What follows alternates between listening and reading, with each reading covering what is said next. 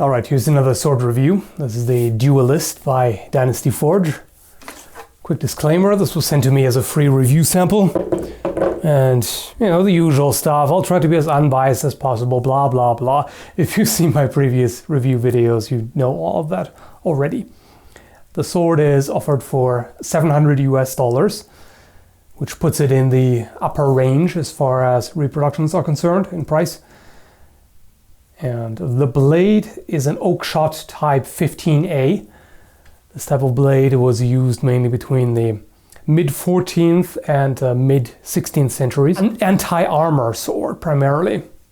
It's not designed as a cutter. It's really primarily for thrusting in between the plates and penetrate the mail underneath. The blade is hand-forged 1060 steel with a diamond cross-section.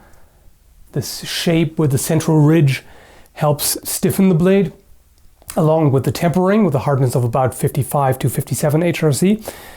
It has some flexibility, of course, to avoid it shattering on impact, but overall it's a pretty rigid blade compared to many others, and of course that's what you want for a thrusting oriented blade.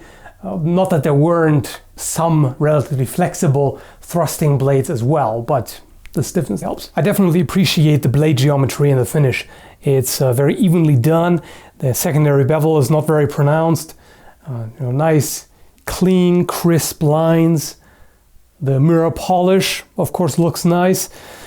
Personally, I've had a hard time keeping it rust-free. In fact, it actually came with 2 rust spots right out of the box. So for future shipments, I would suggest using more oil or maybe even grease, because it was relatively dry when it came, and it's really a shame to just encounter rust spots right out of the box, especially with such a nice finish. This may very well have been a one-time occurrence, but it's worth pointing out. But other than that, it's a very nice blade and stood up remarkably well to my tests. As mentioned, this is not a cutting sword by any means.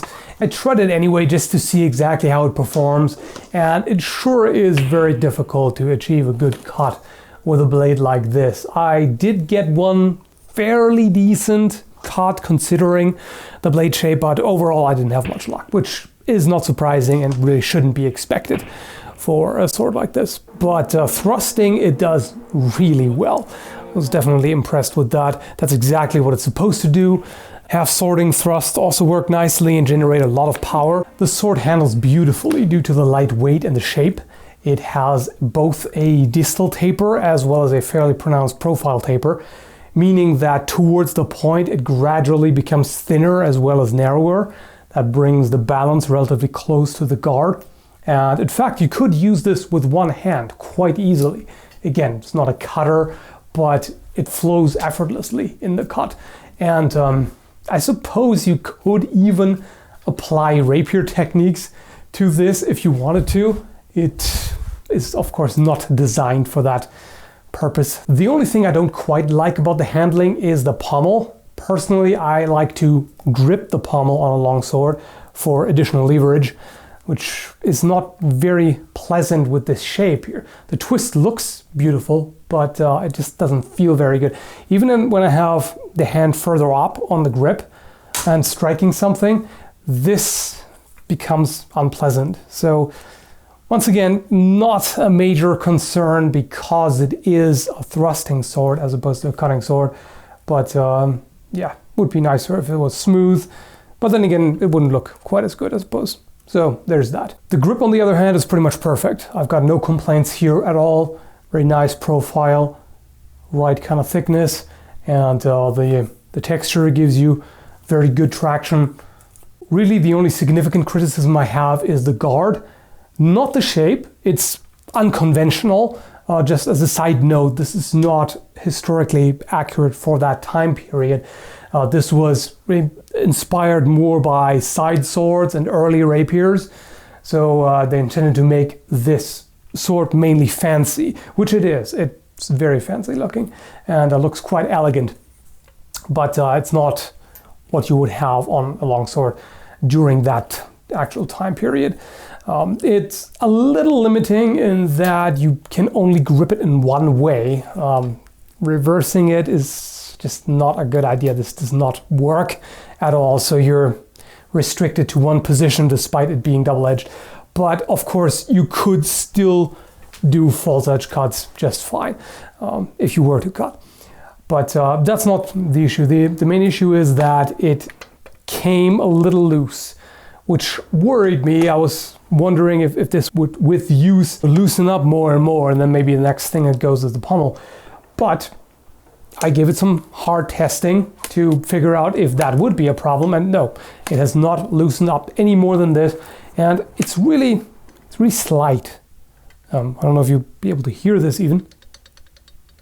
There is not that much play, and when you look at the gap in the guard, it's not very large. It could definitely be smaller, and I was talking to Derek at Dynasty Forge about this, and he said he was going to discuss this with the blacksmiths to see if they can pressure fit these guards to make sure that they really stay on there, just like they do with their katanas. And yes, that would be a very good idea. If they do that, that would be a major improvement. The way it is, it's a bit of an annoyance, but the thing is you don't even feel it that much when handling it. Only with certain movements you can tell. But the important part is it didn't loosen up anymore. And it didn't, like the grip didn't come loose in any way. The pommel is still rock solid. So that's the important part, really. If that is solved in the future, then there's really nothing negative to say about this sword. It's just really minor nitpicks, like if you don't like this kind of guard and the pommel shape and what I mentioned. But otherwise, this is great. And as far as the scabbard is concerned, I'm also quite impressed by that. It's a very well-made scabbard, looks great. It's kind of a reddish brown, very nice looking leather. And these decorations here look really good. It also fits the sword very nicely. Maybe the only criticism is there's no way to attach it to a belt. It would be nice to have something, you know, even if it's just a simple belt loop. Even better would of course be, you know, straps to hang from your belt, but I understand that adds additional cost. It's definitely nice to get a scabbard. With a lot of the higher end swords, meaning, you know, starting at $800 and up, you don't normally get a scabbard. So it's definitely good to have, and it's a very nice scabbard. And that should be everything I wanted to cover. As usual, you'll find the specifications down below and the link to where to get it.